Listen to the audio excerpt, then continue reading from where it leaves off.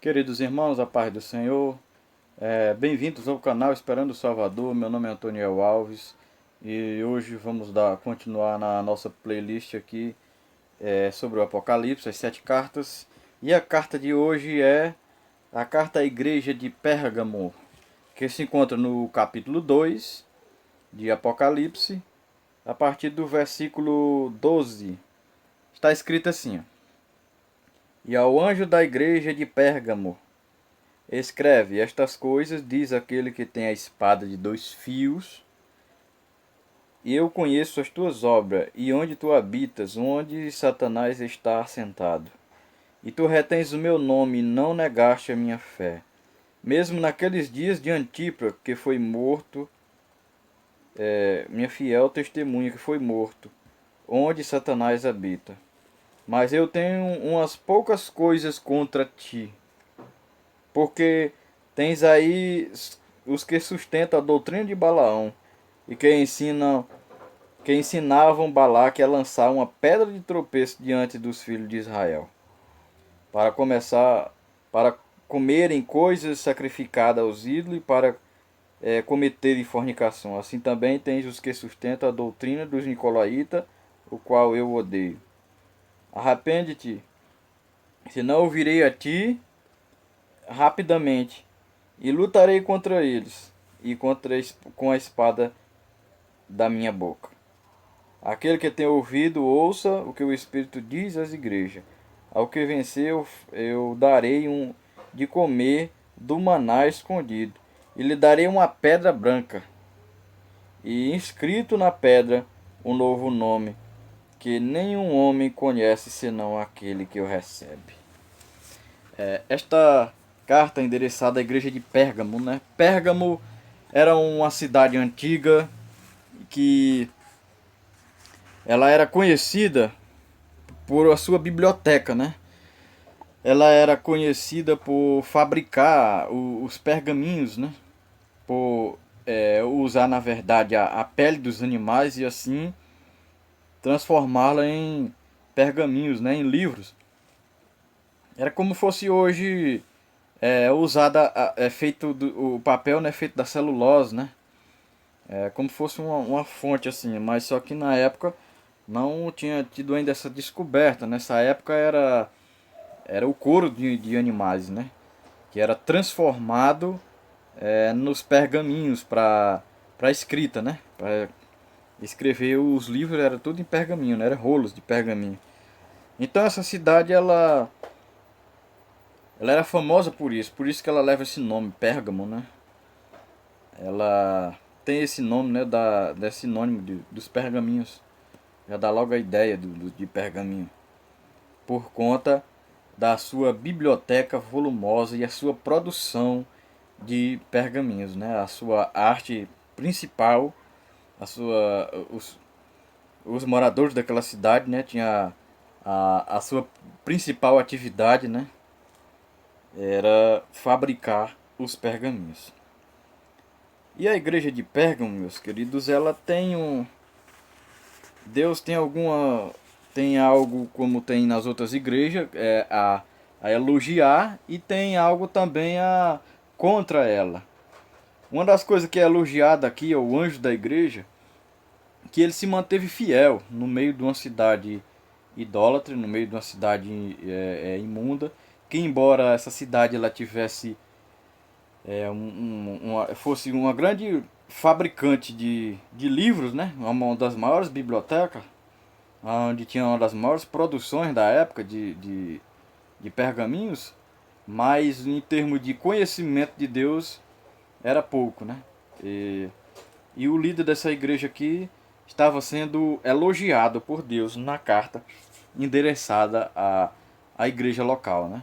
Quando ele diz que ele se manteve fiel, né? Eu conheço as tuas obras, onde tu habita. Ele fala de uma fiel testemunha aqui, né? Do mártir chamado Antipa, que foi morto entre vós, onde Satanás habita. E esse camarada, ele se manteve firme, né, na liderança, ele se manteve firme no seu trabalho, no serviço a Deus, não se contaminou com os ensinamentos imundos que introduzia-se no meio daquela comunidade, né? E havia até esse mártir aqui chamado Antipas, né? Que pelo que o texto mostra, ele foi morto entre eles lá, né? Era como se fosse alguém que combatesse aquele erro, como se fosse alguém que era uma espécie de resistência contra as heresias, né? Contra os falsos ensinos, e acabou sendo morto. E o anjo dessa igreja, né? O líder local dessa igreja era alguém que se mantinha firme, né? Era o remanescente, né? Porque em todas as épocas tem, mano. Todas as épocas tem o remanescente, tem aquela turma lá que se mantém fiel, né? Que embora que a maioria se corrompa, mas aquele se mantém fiel servindo a Deus. E ele diz que uma das coisas que tinha contra aqui, o próprio Deus falando na carta, era que eles deixaram, era contra alguns que traziam a doutrina de Balaão, né? E olhando para as escrituras, Balaão foi um camarada que ele lançava tropeços, né? No meio do povo de Deus, assim, para que o povo de Deus viesse a pecar. E tudo isso ele fazia com uma finalidade, né? Com um interesse próprio para ele, pela ganância, né? Ele pegou aquilo que era sagrado, aquilo que era de Deus, o seu chamado como profeta, tudo, e jogou tudo isso fora, como se ele tivesse jogado tudo isso no lixo e trocado por coisa material, né? Por ouro, por prata, por recompensa do homem, por reconhecimento. E ele fez lá um negócio com Balaque, né? E aí chegou uma situação no capítulo 25 de Números, a gente vê o povo de Deus tudo se corrompendo. Nós vemos ali que o povo de Deus, a palavra de Deus diz que eles se juntaram com as mulheres moabitas, que eles fornicaram com essas mulheres, que eles se prostituíram, que eles seguiram os deuses dele. E essa era a pedra de tropeço que aquele homem foi dar a dica para Balaque, o Balaão, por conta de receber algo em troca, né? De receber aquela recompensa, aquele dinheiro, aquele ouro. E ele fez uma negociata aqui com ele, né? Com Balaão. Ele negociou as coisas de Deus. E aqui vai a mensagem dentro da carta, né? Aquilo que Deus nos dá, a nossa vida espiritual, a nossa salvação, o nosso chamado para o reino de Deus, ele é inegociável. A nossa vida como cristão, ela é inegociável. E o exemplo que nós devemos pegar disso nas escrituras é o exemplo lá de Nabote, né? Que não vendeu sua vinha a Jezabel, né? A Acabe. Não fechou negócio nenhum. Então, daquele jeito, deve ser a nossa chamada, a nossa vida espiritual. Ela é inegociável. Com o maligno não tem negócio, com o mundo não tem parceria, não dá para formar negócio. Com o que é santo, com o que é sagrado, com o que Deus preparou e reservou para nós, com o que Deus tem confiado e entregado nas nossas mãos, não dá para se negociar. A vida espiritual não é negociada, nem por um momento, nem por recompensa, nem por reconhecimento humano, nem por dinheiro, nem por nada que por mais atrativo seja dessa terra. Ela deve ser negociada, né? Então esse homem ensinou ou fez com que o povo tropeçasse, né?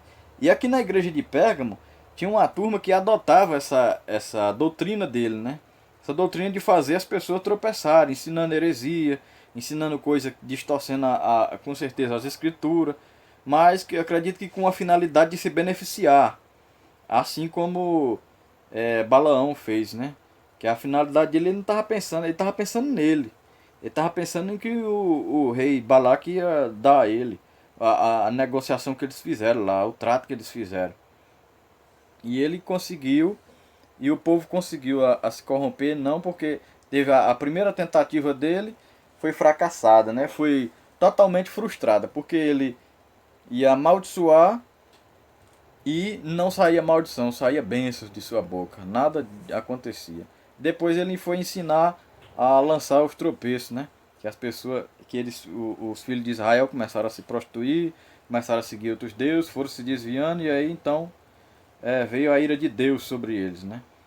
Porque quando saímos da comunhão com Deus, porque quando saímos enquanto nós estamos debaixo da potente mão do Senhor, sendo fiel aos seus princípios, à sua palavra, guardando o que ele tem nos dado, sendo zeloso pela sã doutrina e seguindo ela, procurando estar sempre na dependência de Deus, do Espírito Santo. Nem o mal, nem praga nenhuma, como disse o salmista Davi, chegará à nossa tenda. Né? Nem o mal nenhum.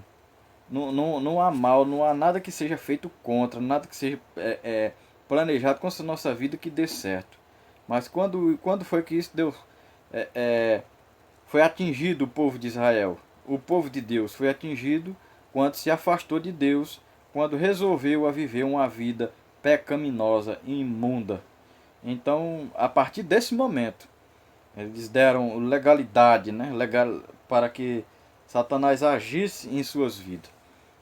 E na igreja de Pérgamo estava acontecendo isso, né? Deus fala do remanescente, né? Daqueles que ele tem, que se mantém firme, que estão servindo a ele fielmente, mas também fala que tem algo contra, porque estão deixando, né? Porque estavam deixando com que esse tipo de ensinamento ele aos poucos fosse sendo introduzido no meio do povo, essas heresias.